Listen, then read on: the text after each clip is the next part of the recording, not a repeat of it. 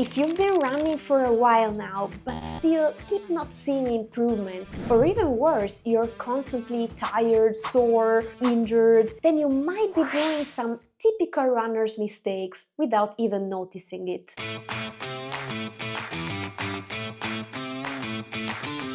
Hey fellow runners, welcome back to the Running Bible Intermediate Edition. I'm Elisa, certified running coach, and today I want to tell you, after more than 15 years of running experience, what are, in my opinion, the most recurring intermediate runners' mistakes. I want to share all the possible knowledge in order to help you run and feel better. So if you're ready to level up, keep watching.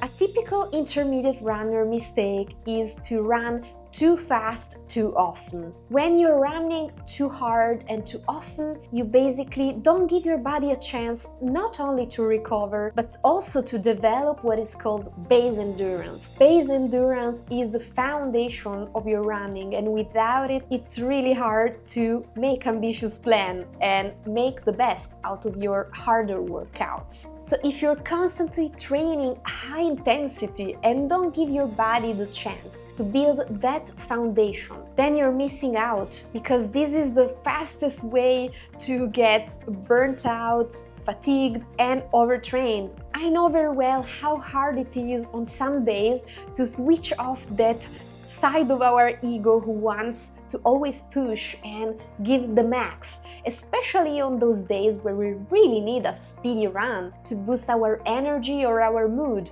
So how do we fix this? You might have heard for sure of the 80-20 rule.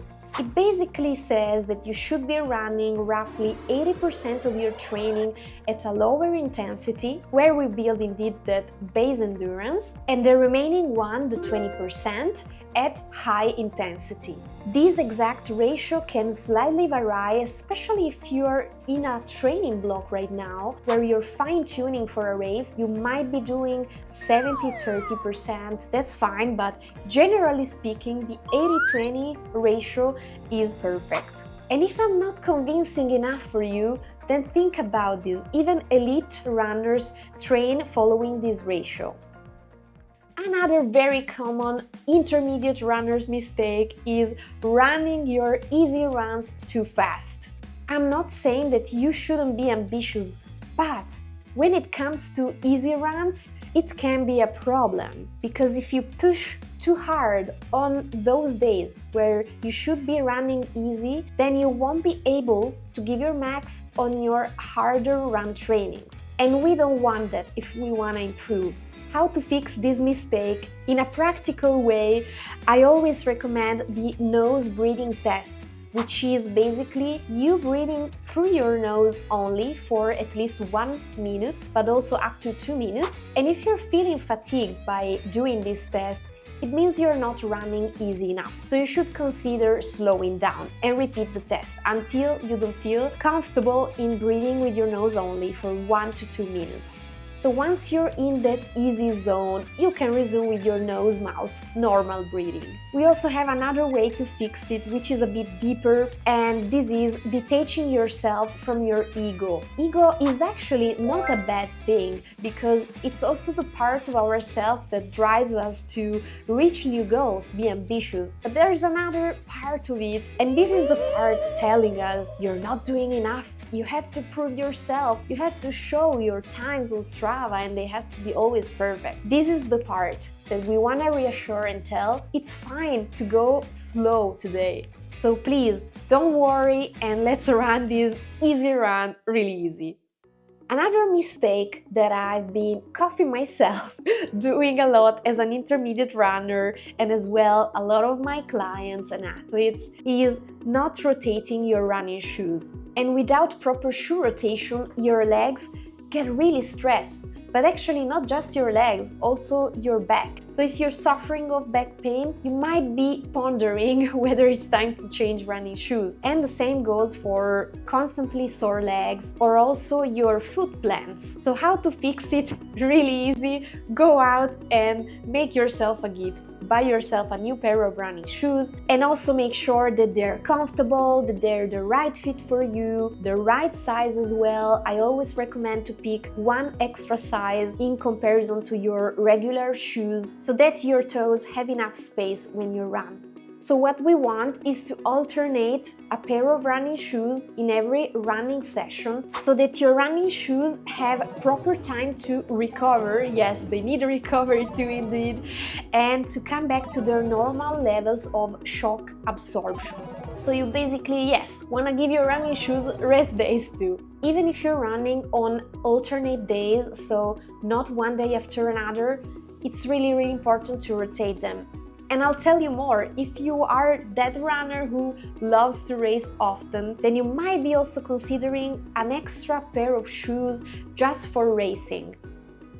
Alright, so now it comes a big one, which is not doing strength training or doing the wrong kind of, because running alone won't be enough if you wanna be a strong runner, improve your times, and most of all, avoid injury. If you have weak thighs, hamstrings, and calves, then this is the fastest way to get injured, to have a poor running form, to run less efficiently. And you don't need to strength train for hours every week. It's really enough to do those 20 to 30 minutes once or twice per week. We absolutely don't need to lift heavy or do complicated exercises. The key is to stick to something functional to running. Some cool runners' strength exercises are, for example, squat, lunges. Every single leg exercise is also amazing. Unilateral movements are amazing as well. Think single leg work.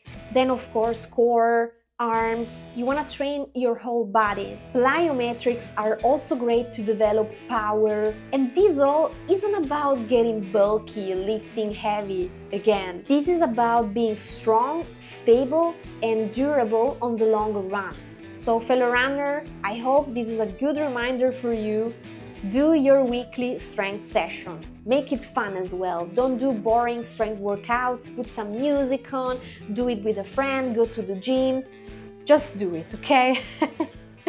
Another mistake that I've been seeing really often in intermediate runners is to not fuel properly. So how do we fix it? First, I would say let's start from the basics. Let's evaluate your routine. Do you have breakfast? Is it nutritious enough? What about your other meals? Do you snack? And do you do it healthy?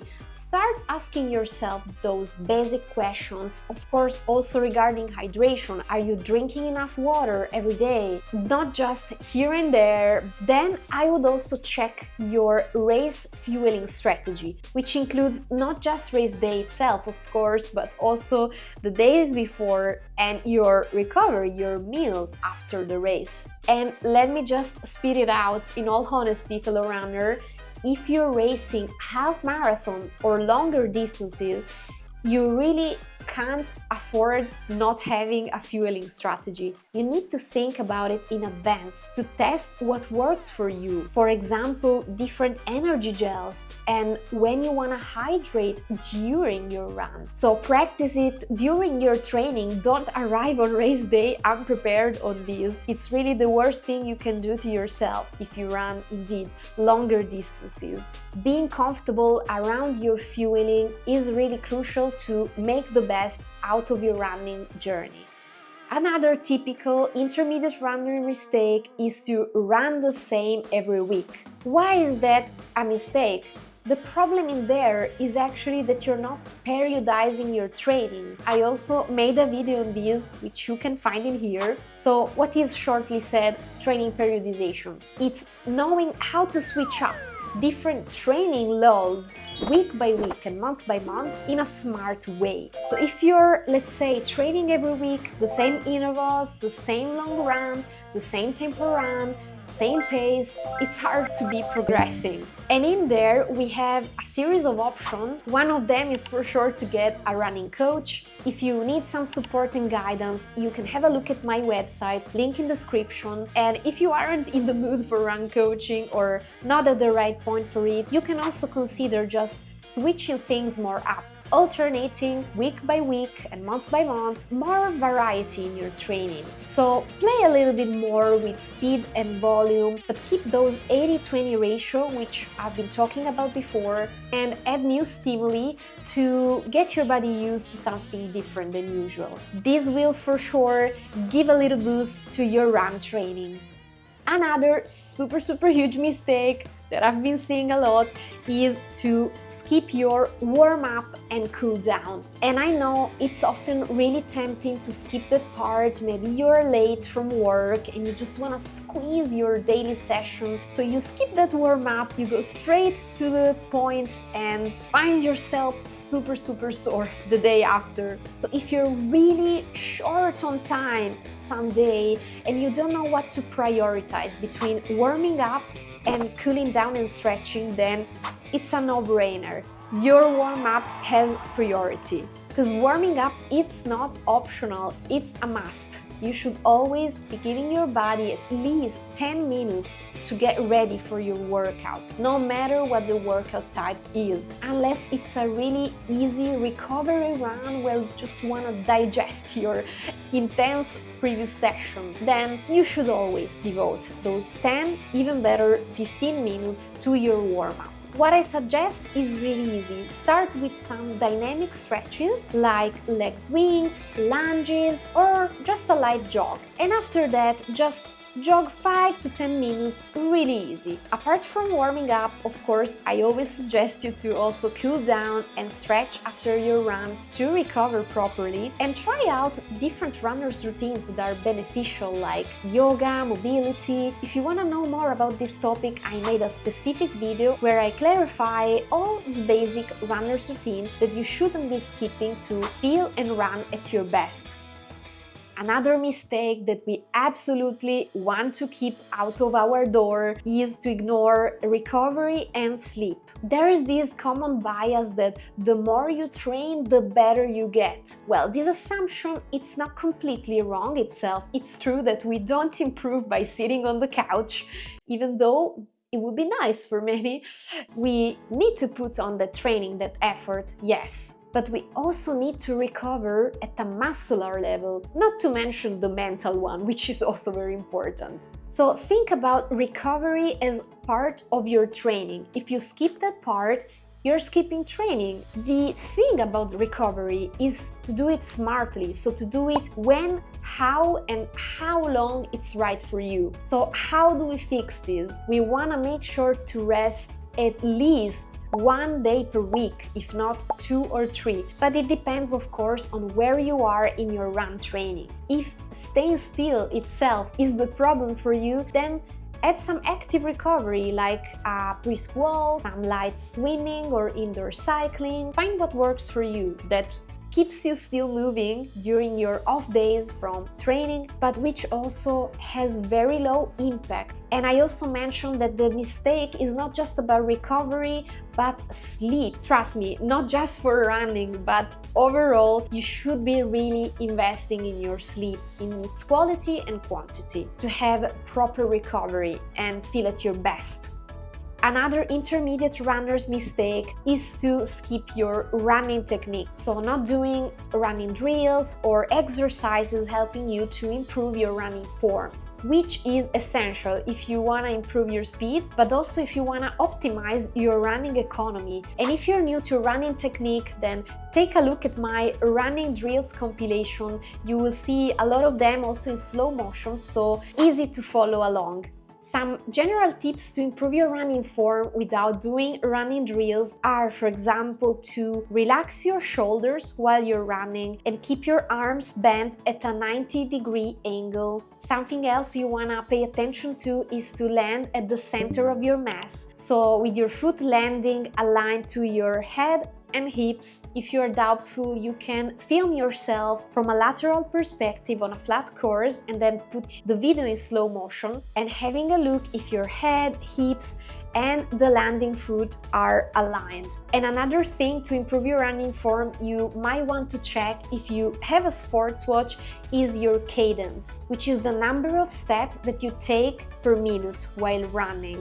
And if your cadence is lower than 170 on a flat course, then I suggest you to start doing smaller strides while running. And this really helps avoiding overstriding, which is a major issue for your running form, especially for your knees, and get a more efficient running form.